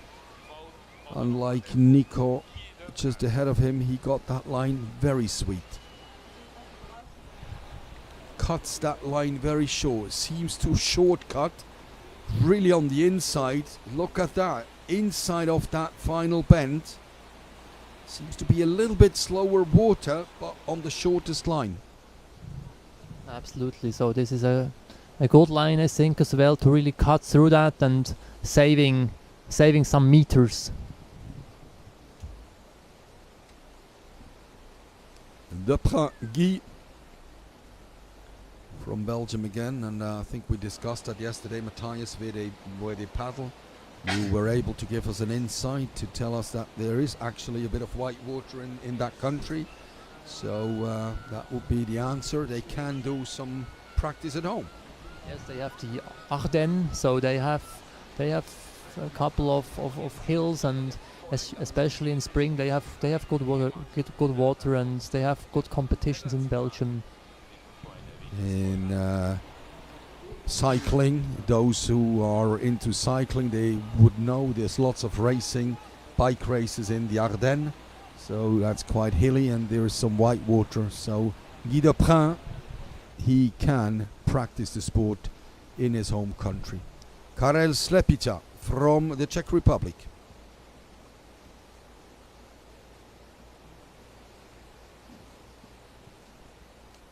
So this little stopper, sort of 20-30 meters upstream from the Muota rock, there seems to be 2 options. You come on the right of it, you're a bit wide, or you come on the inside of that, and obviously some they come just through it. What do you think? Which one is the quicker, or does it matter at all? Yes, I think there is some discussion about this thing. So when you're doing that one on the right, you're a little bit in a worse position than for the passage through the stone, because you want to put the boat back to the right, so you want to bring up pressure to go to the right. And if you're jumping the stopper on the right, you cannot build up. So it's maybe better from this aspect to jump that stopper on the left. On the other hand, I have seen so good transitions. We have it now here. Coming, he just comes on the left, but not quite. So this one was the left jump, let's call it the left line, and he was stopped. And I think we have seen the best transitions on the right transition, but as I was mentioning, then it's a bit worse downstream. So we'll got that insight from our technical expert. Thanks very much. It's definitely something we will follow throughout today, and then definitely tomorrow when the athletes, the finalists, will present themselves to the start, when they then go for the gold medal. And before he can go into that gold medal final, there's a bit of work to do for Linus Bolzern. Yes, Linus, the 19-year-old Swiss vice junior world champion. He is just on the course now, so we keep fingers crossed for his run. He seems to be very left in this approach. So that was the left jump. I knew that he is going for this line, and now he was in the better position. Let's see how well it works out. Accelerated well out of this Muota rock section into this wavy bit. Seems to be very dry, very smooth line. Can he maintain that? Yes, down here it was a good run. It was going through the waves smoothly. This finish is well placed. Didn't seem to have any problems at all line-wise, supported by the home crowd. How important is it to have a home crowd, like a crowd that supports? Can you hear them? Yes, especially in this finish here, the last 20 meters, last 20 seconds, sorry, the last 200 meters. It's so important to have crowd on the bank supporting you, and you won't feel your arms that much. Very good. So from the Swiss athlete we go to Björn Bartel from Germany, bib 98.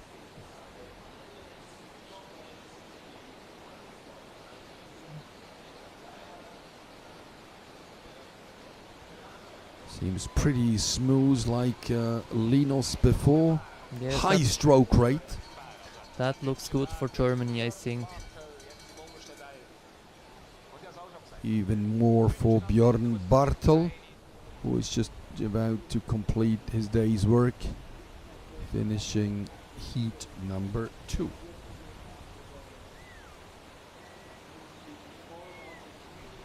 We have 9 paddles to go, and Björn is very happy with that run.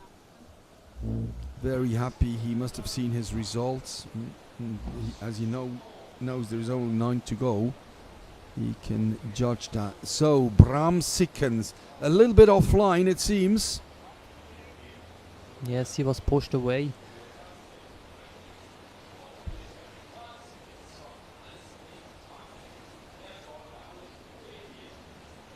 Bram Sikkens from Belgium. On a very wide line just off the Muota rock. That will have cost some valuable time for sure.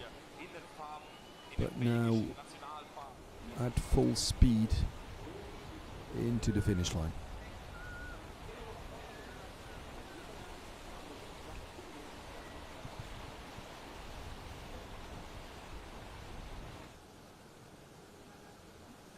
Eight to go. First of them, Andreya Bernardi from Italy.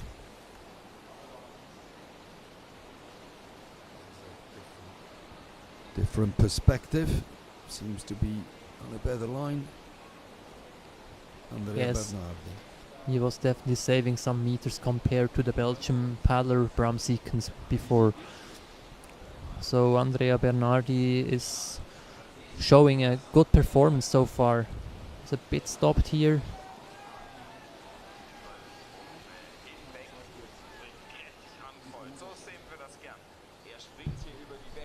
And he can probably just see himself when he looks up to the right on the big screen that is put there for the spectators so they can follow the start as well. The start of Sapetal, the Czech paddler that you can see on the screen up left. So there's a big screen, video screen and scoreboard that the spectators down here in the stadium can watch and allows them to follow all the action on the wild Muota River. There he is, Wojciech Sapletal from the Czech Republic. Yeah, he showed a nice first passage here. So far this looks like he is targeting the final. And he is on fire, absolutely on fire, Wojciech Sapletal. In the light blue colors of all the boats of his team. That was the team order, light blue for all of us. Wojciech Sapletal.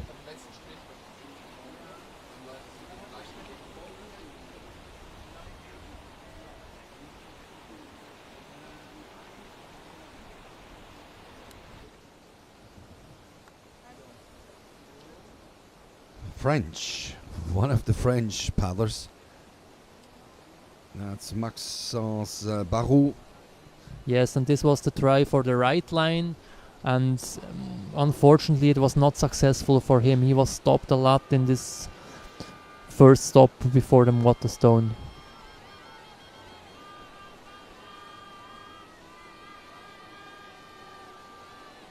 A little bow rudder, a little correction to avoid the contact with that stopper. Well done.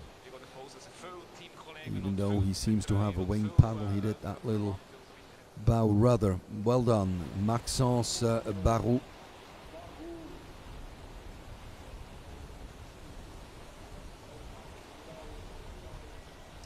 Followed by his teammate Paul Jean. Maxence finished heat 2 and Paul Champ on the course.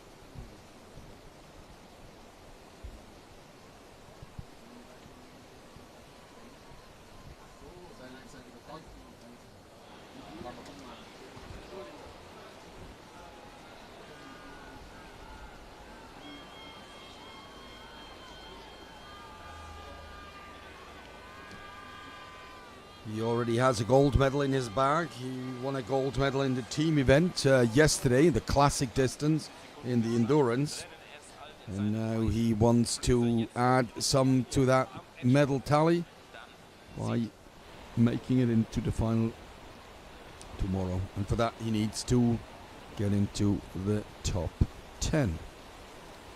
No results, unfortunately. Jean-Paul. Deutschland, Germany, Björn Beerschwenger next on the course. Final approach to the Muota rock. On the left, pretty dry. Looked a bit hectic.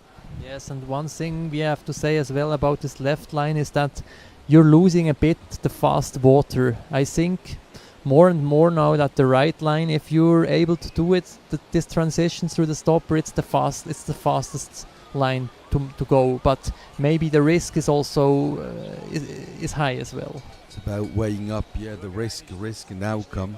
Yes, Björn Beerschwenger finishing, completing his course.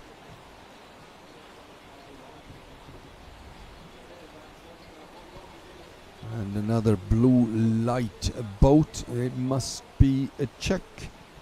And it's Andrej Malek, but he's not a Czech, he's from the Slovak Republic.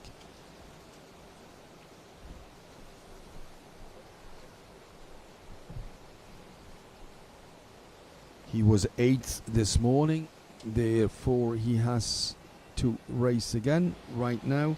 Andrej Malek, and then we have 2 more boats, Robert McIntyre from Australia and Finn Hartstein from Germany.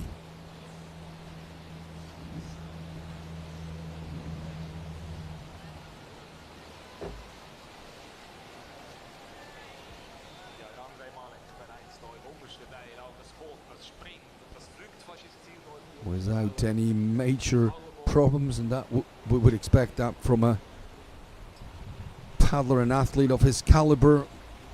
A good run from Andrej Malek. 2 to go. Robert McIntyre from down under, Australia. And he gets the line on the left. Accelerates high speed. Very high stroke frequency.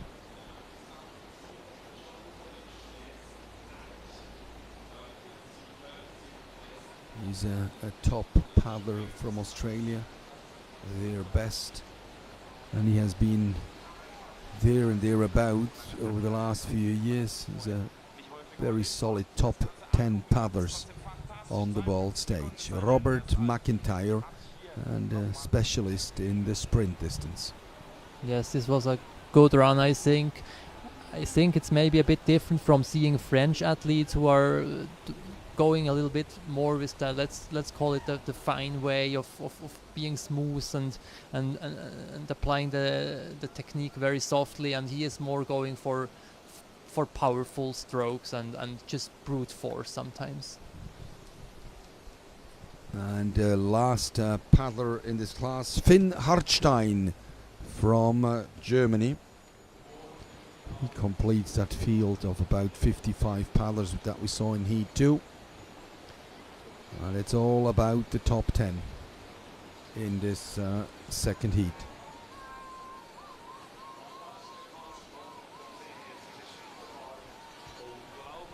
So as soon as we can, we will deliver you the results of the top 10. Apologies. There seems to be a bit of a hiccup in putting the graphics onto the screen. But my co-commentator will take care of results, and he will get them. Is that correct, Matthias? Absolutely. I still have fast legs, not that fast arms anymore, but legs they're fine. So I do my best. Great, thanks to hear. So dear spectators at home and here on the riverbank in this brilliant, fantastic natural course on the Muota River in central Switzerland, we have a short little breather after some exciting racing with the men K1. We move on to two more classes. We've got the C1 women, we have the C2 men to finish off the day. We'll be back in a minute.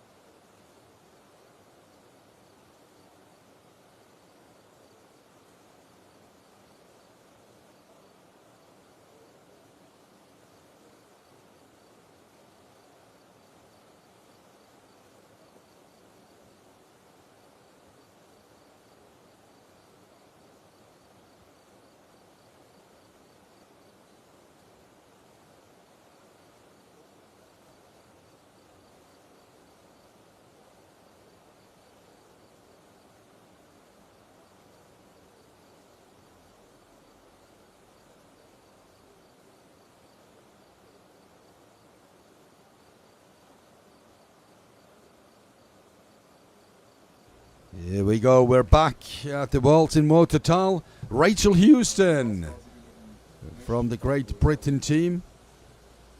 She had a bit of a mishap in the first run. She capsized just around the Muota rock, was pulled out of the boat by the brute force of the river. Went straight back up into the C2, the double boat, qualified for the final in the double boat. And now she's back here in the C1. Congrats, what a gutsy, brave attitude. Had a little swim, a mishap in the C1 this morning, comes back, and what a run she delivers. Very good run so far for the young Brit, Rachel Houston.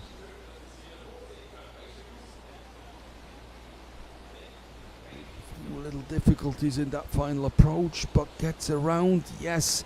Can do some damage limitations. Very good run. So we had 5 boats that came through this morning, and now this afternoon we'll have another 5 that will go through. We have a total of 11 boats, so half of them will go through. Will it be Houston, Rachel Houston? Will it be Banato Alice? The next one as well capsized this morning and did not finish. So finishing this time, Rachel Houston, well done and congrats for a gutsy performance this afternoon. And Alice Panato, the world champion in the double canoe,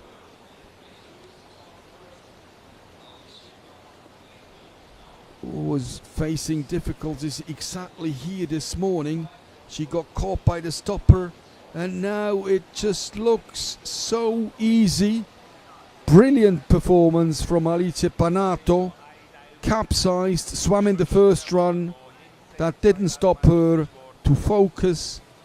She certainly had a look at the video, studied with her dad, Vladi Panato, the Italian coach, ex-world champion, who now coaches his daughters. Cecilia already in the final this morning, straight away. And the young Alice was a gutsy performance. Well done to her, well done to Rachel. Both didn't finish in the morning, capsized, swam, came back stronger, and both delivered a really, really good second heat.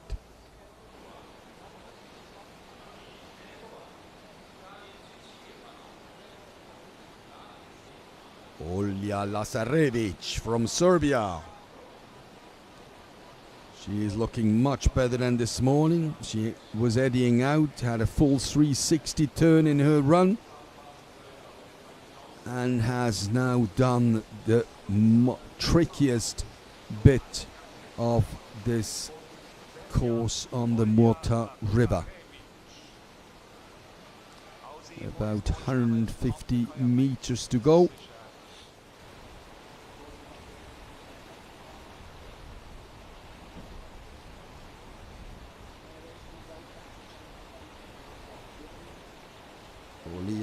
Lazarevich completes the course, and still on the course with a little bit of difficulties finding the right line.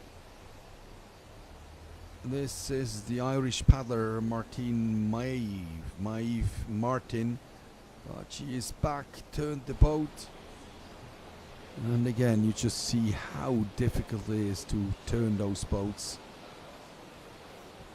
horizontally. Vertically is very easy to fall in. They're very tricky to keep the balance.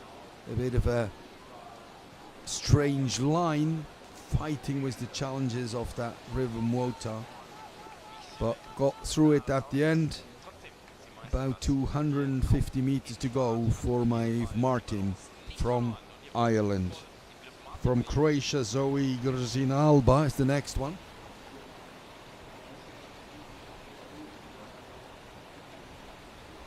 Got through the Muota Rock passage very well, and completing her run, a young woman from the Irish Republic.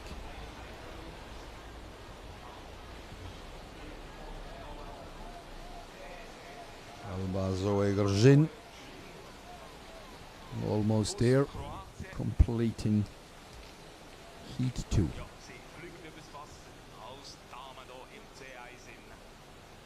Six boats to go, and one of those 6 is Sabine Eichenberger. She wants to finish in the top 5 to qualify for the final. So the Swiss currently have qualified 2 boats. Would she be number 3? We'll see. Next one, Marlene Ricciardi from Italy. We just saw a very good performance from Alice Panato. Will she repeat a performance from her colleague? Very good run, as it will be the easiest thing in the world. Nothing holding her back, no contact with that stopper. Really, really good line. That's Marlene Ricciardi from Italy. For those who only came later, we're in the final stages of the heats. Heat 2. This is all a build-up into the final event tomorrow, the finals of the sprint event of the 2018 Worlds. The medals go tomorrow. The clocks will be reset to 0. It will start again. There is no advantage you can take away, so it starts at 0. It's the same for everyone. It will start in reverse order from today, but other than that, it's all back to square one.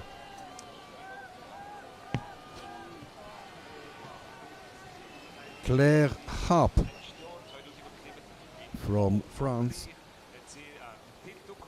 with bib 121. Another French girl to go.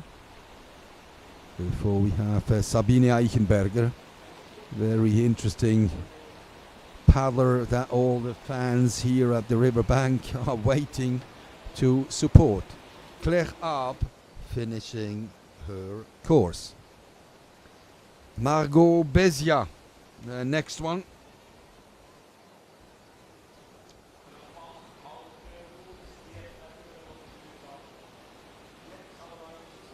She won a bronze medal already with the team in the C1 yesterday, so she's got one in the bag. I'm sure that will liberate her a bit. Pressure is off, but she wants to show that she can do that on her own in the individual event as well. Margot Bezia, she is followed by Sabine Eichenberger, that we now see Sabine in her last event at the World Championships. A career that lasted more than 30 years. She is an Olympic silver medalist in '96. She's a multiple world and European champion. Sabine Eichenberger at the top.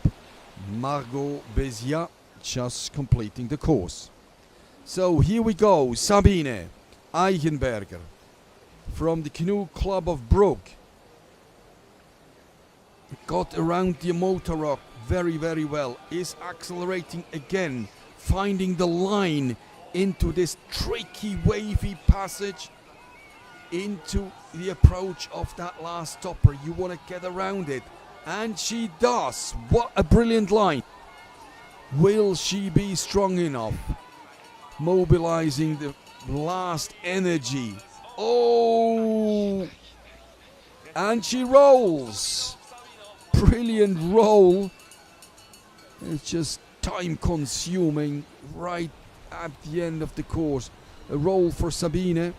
Will that be enough? She needs to be top 5.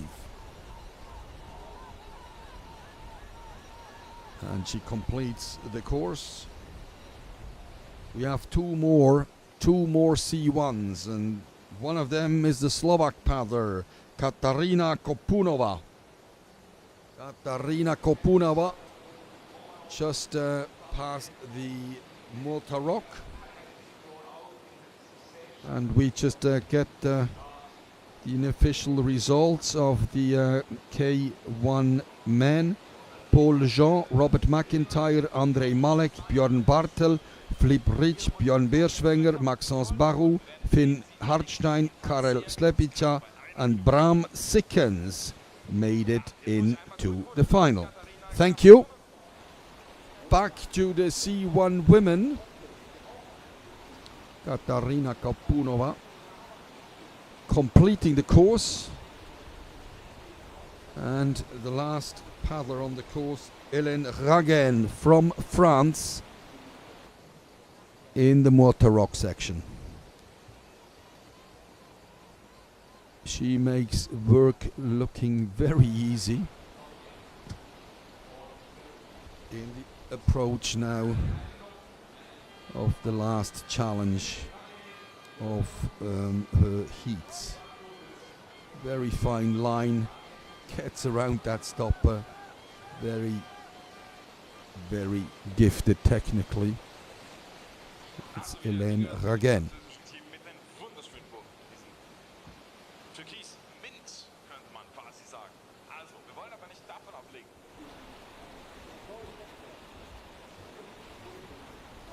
Hélène Ragen completes the field of the women C1. We've seen 11, 5 of them will go through. Matthias will get those results pretty soon and will deliver as soon as we can. Brilliant scenes, lots of spectators enjoying a Saturday afternoon in the sun, sunbathing on the bank of the Muota River. It doesn't get really better than that. We have a little short break. We'll be back for the final class, the C2 men.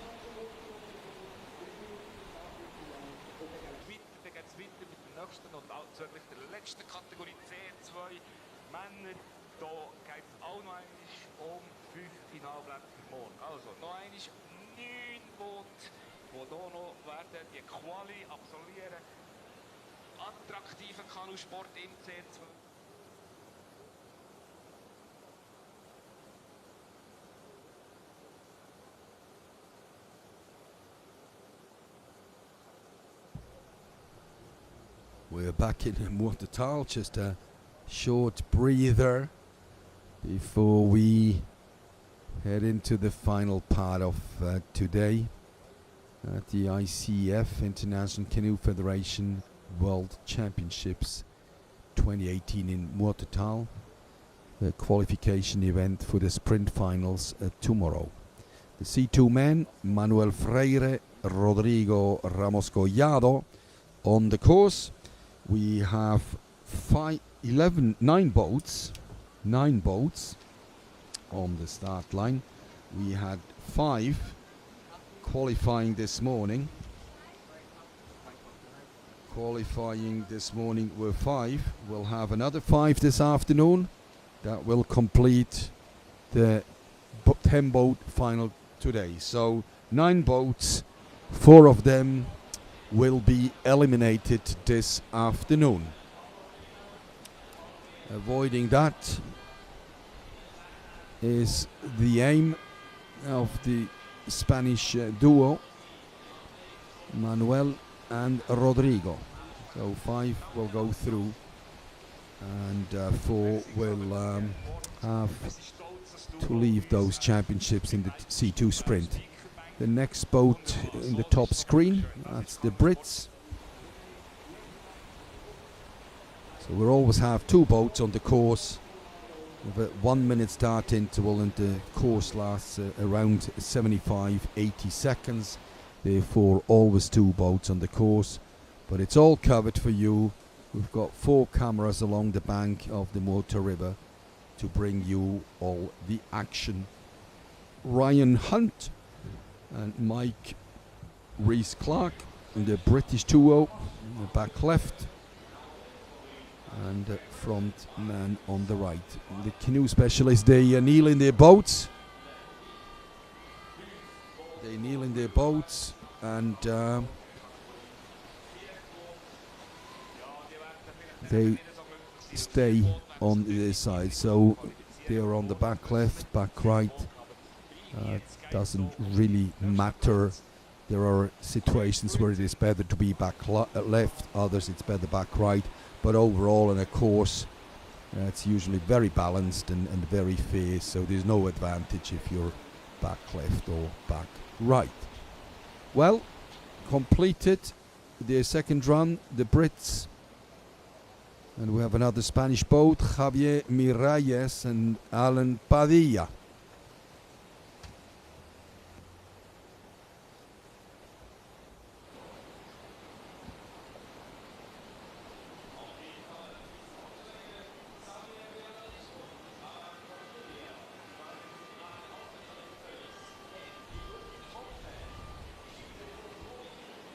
A bit sketchy around that last section, and now caught a bit of a slow water after the stopper. It's not the ideal line and not the line that they have planned. Last but not least, they come on the wide line. That is much wider in terms of meters to cover. Slightly faster water, but we found that going the inside line is a bit quicker overall. The Polish team, will they join the Czechs and the French? Both slalom paddlers, so this should be used with this short type of events. Michal Wierczok and Gregor Majerczak from Poland. Very typical Polish style, the front man moving his upper body quite a bit. You see that with Polish boats, quite recognizable. So the Polish boat crossing the finish line. And we can give you the results of the women's C1, and if officially qualifying into the final, the top 5. Hélène Ragen, France. Marlène Ricciardi, Italia. Claire Arp, France. Margot Bezia, France. And Katarina Kopunova from Slovakia. Unfortunately, just outside, Alice Panato and Sabine Eichenberger, who we saw capsize just about 50 meters from the finish line, successfully rolled up, but it's reflected in the result, the mishap. She comes 7th and will have to sit out the final tomorrow. So this is the result for the women's C1, but we're right fully in the middle of C2 action. Mattia Quintarelli, Giorgio Dell'Agostino finishing their course. We're looking for the 5 fastest in this event, and they will make it to tomorrow's final. 2 Austrians. Will they spice up that final a bit and bring another nation into it? Peter Draxl, Manuel Filzwieser aus Österreich.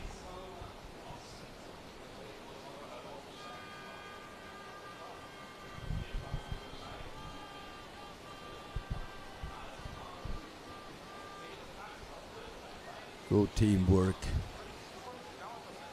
Just running the boat smoothly through the middle of the river here, finding the fastest flow.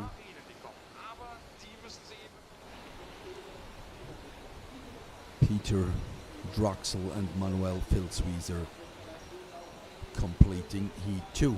And on the top, easily recognizable, the light blue of another Czech boat, Filip Jelinek and Václav Krestek.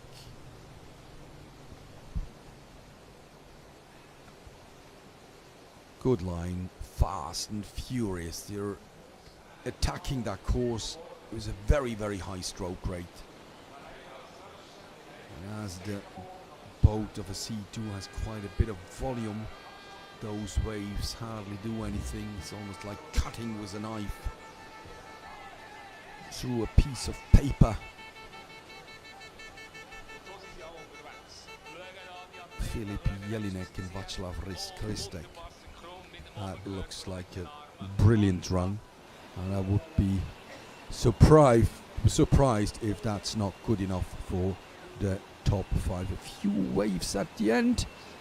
Focus right there to the end. It doesn't take a lot. You are flying, and you lose valuable time. Ole Schwarz, Janos Sulzer. They just missed out for a direct qualification. It's the penultimate boat this afternoon.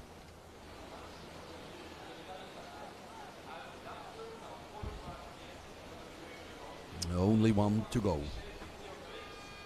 And it will be another Czech boat. So, a bit of a hit in that last stopper for the Germans. That was definitely not as smooth and economic as the boat ahead of them, the Czechs. But very strong as they are, they can possibly compensate that little technical error a little bit. Ole Schwarz, Janos Sulzer completing their day's work right now. And this is the final boat of the day. Antonín Haleš, Martin Novak from the Czech Republic. A big hit. Very, very untidy in this approach to the Muota rock. They have to get that time back by choosing the best line down here. That looks fine so far. And that is a really good passage around the final stopper. Haleš and Novak.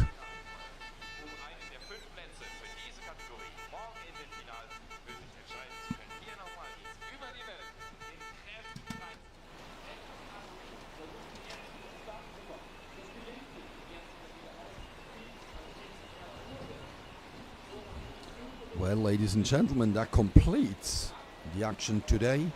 C2 men is done. We meet again tomorrow morning. I just got the start times. We will start at 10:01 local time with the K1 women final, followed by all the other classes. So finals, medal race is tomorrow, 10:01 Swiss time. Thank you very much for being with us. Hope you join us tomorrow, Sunday, here in Muota for the final day from the ICF World Championships. From Muotathal, thank you very much. See you tomorrow.